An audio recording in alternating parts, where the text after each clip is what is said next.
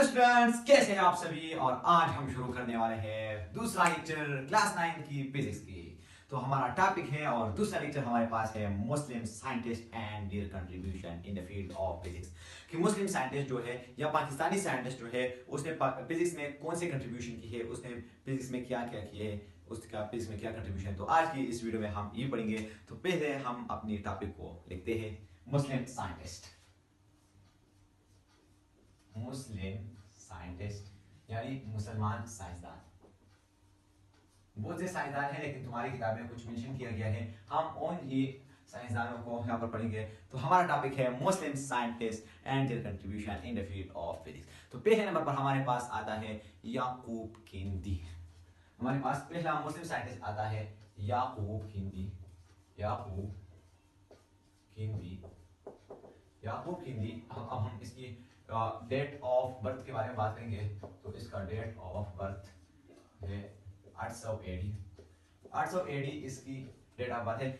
यही 800 एडी में पैदा हुआ था और 873 एडी में यही वफात हो गया था। तो ये हो गया इसका date of death and date of birth. आपको ये बिल्कुल याद रखनी चाहिए क्योंकि एमसीक्यूज में आ सकता है कि इसका डेट ऑफ बर्थ क्या है और इसका डेट ऑफ डेथ क्या है। अब हम बात करेंगे कि ते कहाँ का। तो असल में याकूब किंदी बसरा का रहने वाला था जो एक इराक का शहर है। तो ये हो गया उसका रीजन। अब हम बात करेंगे इसके कंट्रीब्यूशन के बारे में कि इसने फिजिक्स की फील्ड में क्या क्या कंट्रीब्यूशन किया है। तो पहले नंबर पर हमारे पास आता है monograph on metrology. Monograph on metrology. मैं आपको ये कहूंगा कि मोनोग्राफ ऑन मेट्रोलॉजी क्या है, मेट्रोलॉजी।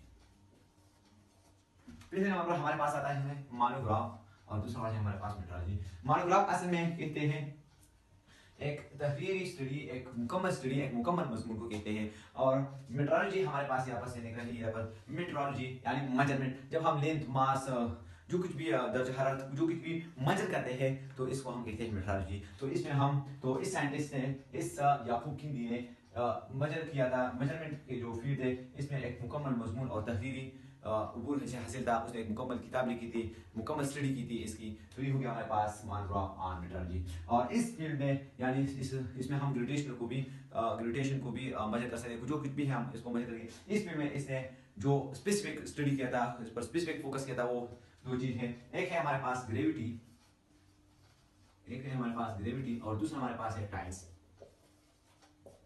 ग्रेविटी, ये जमीन जो है सब कुछ अपनी सेंटर की तरफ खींच रहा है। जो फोर्स है यही चीजें अपनी सेंटर की तरफ खींच रहा है, इस फोर्स को कहते हैं ग्रेविटी।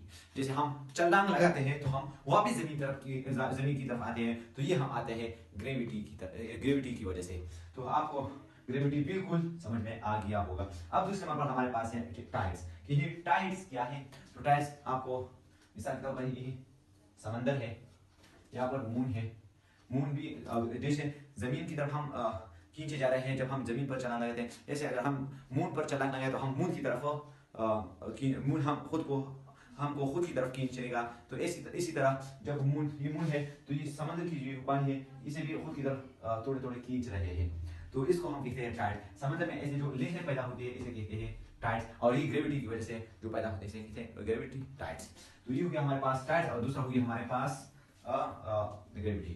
तो ये इसका एक कंट्रीब्यूशन। अब हम बात करेंगे इसके दूसरे कंट्रीब्यूशन के बारे में। वो एक बड़ा कंट्रीब्यूशन है, एमसीक्यू में आ सकता है। इसने काम किया था ऑप्टिक्स पर। ऑप्टिक्स क्या है, जब हम लाइट की स्टडी करते हैं, रोशनी की स्टडी करते हैं, जिसकी प्रॉपर्टीज हो, कुछ भी हो, तो इसे हम कहते हैं ऑप्टिक्स। तो इसने स्टडी किया था क्या, ऑप्टिक्स को। ऑप्टिक्स का मतलब है लाइट, सिर्फ लाइट को स्टडी करता, लेकिन स्पेशली इसने रिफ्लेक्शन ऑफ लाइट को स्टडी करी थी। रिफ्लेक्शन ऑफ लाइट को स्टडी किया था। अब आप कहेंगे रिफ्लेक्शन क्या है। रिफ्लेक्शन, जब भी लाइट रेज जो है ये कोई सरफेस पर, कोई जगह पर लग जाते हैं और ये वापस रिफ्लेक्ट होता है, बाउंस बैक होता है, वापस हमारी तरफ आता है, तो इसे कहते हैं रिफ्लेक्शन। हम यहाँ पर ऐसे कहेंगे bouncing back of light. Bouncing back of light is called reflection. तो इसने ऑप्टिक्स पर काम किया था। ऑप्टिक्स में इसने मजीद डिटेल स्टडी जो की थी उसने ये रिफ्लेक्शन में जो फील्ड है इसमें किया था। तो ये हो गया हमारे पास याकूब हिंदी, पहला साइंसदान था। अब मैं आपसे उसकी थोड़ा सा रिविजन करता हूँ कि आपको अच्छी तरह याद हो जाए। मैं आपको सिर्फ पढ़ाऊंगा नहीं बल्कि आपको समझाऊंगा भी नहीं, बल्कि आपको याद भी कराऊंगा अगर आप इस वीडियो को देख रहे हो पूरी आखिर तक। तो पहले कमेंट करो I will be C R watch this video at end. तो हमारे पास याकूब हिंदी 800 में पैदा हुआ था और 873 एडी में ये वफात हुई था। ये बुरसा का रहने वाला है। बुरसा इराक का एक शहर है। उसका अगर हम कंट्रीब्यूशन के बारे में बात करें तो इसकी एक कंट्रीब्यूशन है मोनोग्राफ्स एंड मेट्रोलॉजी। मैंने आपको ये समझाया कि जब मेट्रोलॉजी मेजरमेंट पर भरपूर यानी पूरा स्टडी करते हैं तो इसे मोनोग्राफ्स एंड मेट्रोलॉजी कहते हैं। और दूसरा जो इसका कंट्रीब्यूशन है फिजिक्स की फील्ड में तो वो है लाइट पर, ऑप्टिक्स पर। ऑप्टिक्स कहते हैं लाइट को, जब लाइट की स्टडी की थी इसने। और लाइट में स्पेसिफिक, लाइट में बहुत से प्रॉपर्टीज आते हैं कि लाइट रेज है, रिफ्लेक्शन है, लाइट बहुत ज़्यादा है, लाइट की जो कलर्स है ये सब कुछ आता है लाइट की में। तो इसने स्पेसिफिक किया था रिफ्लेक्शन ऑफ लाइट, जब लाइट रिफ्लेक्ट होता है। तो ये हो गया हमारे पास याकूब हिंदी। अब हम पढ़ेंगे दूसरे साइंटिस्ट को, उसका नाम है इब्न अल हैथम। अब हमारे पास हमारा दूसरा साइंटिस्ट है। ये हमारे पास था पहला साइंटिस्ट। अब हम दूसरे साइंटिस्ट के बारे में बात करेंगे, वो है इब्न अल हैथम। इब्न अल हैथम ये इसे इंग्लिश में कहा जाता है। अगर हम इसकी उर्दू जबान यानी अरबी की नाम के बारे में बात करें तो इसका नाम है इब्नुल हैशम। इब्नुल हैशम इसका नाम है और ये पैदा हुआ था भी बुरसा इराक, यानी ये भी बुरसा यानी इराक में पैदा हुआ था और ये भी बुरसा इराक में पैदा हुआ था। Bursa Basra Iraq, sorry Iraq. मैं आपको पहले बताया कि बसरा इराक का एक शहर है। तो हमने इसकी, अब हम पैदाइश के बारे में बात करें तो ये 965 एडी में पैदा हुआ था और 1039 एडी में वफात हुआ था। तो ये हमारे पास इसका डेट ऑफ बर्थ 965 एडी में पैदा हुआ था और 1039 एडी में ये वफात हुआ था। इसमें आपको याद करने की कोई जरूरत नहीं, किताबें भी मेंशन किया गया है लेकिन मैं आपको फिर भी लिखता हूँ। तो ये हो गया इसका एक डेट ऑफ बर्थ और दूसरा डेट ऑफ डेथ। अब हम इसकी कंट्रीब्यूशन के बारे में बात करें तो इसकी दो बड़े कंट्रीब्यूशन है, आपको याद रखना चाहिए। बोर्ड एग्जामिनेशन में शॉर्ट क्वेश्चन में भी आ सकता है और एमसीक्यू में तो बिल्कुल आ सकते हैं। पेपर में इससे एक सवाल बिल्कुल होगा या कोई जो इसका होगा। तो इसका जो दो कंट्रीब्यूशन है, इसमें पहले नंबर पर आता है पिन होल कैमरा। इसने पिन होल कैमरे को इन्वेंशन किया था यानी इजाद किया। और दूसरा है किताबुल मनाजिर। तो इसका जो पहला कंट्रीब्यूशन है वो है pin hole camera, pin hole camera. और दूसरी कंट्रीब्यूशन इसका है किताबुल मनाजिर, किताबुल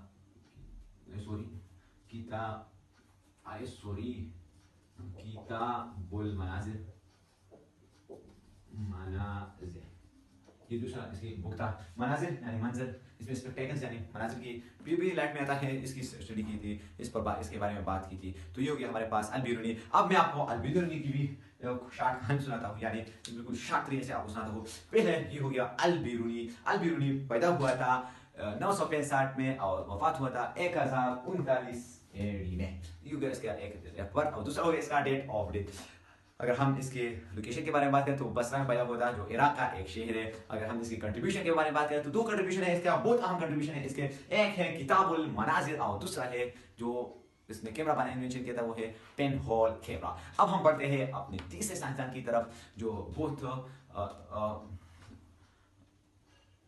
जान पहचान शख्सियत है। मुझे उम्मीद वो दो कमजोरी महसूस करूंगा, लेकिन अल-बिरूनी वो 973 में पैदा हुआ था। तो हम टॉपिक डालेंगे अल-बिरूनी। अल-बिरूनी अल-बिरूनी अल-बिरूनी अफगान स्कॉलर थे। हम पहले ये लिखेंगे कि अफगान स्कॉलर यानी अफगानिस्तान में पहुंचते थे। तो ये हो गया हमारे पास अफगान स्कॉलर थे, अफगान स्कॉलर थे। तो ये हो गया हमारे पास, ये आ सकता है कि अल-बिरूनी कौन थे। तो अल-बिरूनी अफगान स्कॉलर थे। पैदा हुआ था 973 में, 973 एडी में पैदा हुआ था और 1048 एडी में वफात हुआ था। तो ये हो गया एक इसका डेट ऑफ बर्थ और दूसरा हो गया इसका डेट ऑफ डेथ। और इसकी जो मैं आपको बात बताऊंगा आप भी कहेंगे पागल हो क्या। तो उसने लिखे थे 150 बुक्स, इसने लिखे थे 150 बुक्स लिखे थे। लेकिन ये आर मौलाना था, उसको जो हम बात करें इसकी तो ये अस्ट्रोनॉमर भी था, कॉस्मोलॉजिस्ट भी था, फिजिक्स भी था, बायोलॉजिस्ट भी था, सब कुछ था। तो इसने हर फील्ड में कंट्रीब्यूशन किए थे। फिजिक्स में अगर हम इसकी कंट्रीब्यूशन के बारे में बात करें तो इस चार कंट्रीब्यूशन है। पहले नंबर पर हमारे पास आता है शेप ऑफ अर्थ, सिंपल है शेप ऑफ अर्थ। दूसरे नंबर पर हमारे पास आता है मोमेंट ऑफ सन। तीसरे नंबर पर हमारे पास आता है मोमेंट ऑफ मून। और चौथे नंबर पर हमारे पास आता है phases of moon. Phases of moon मैं आपको बताता हूँ। Phases of moon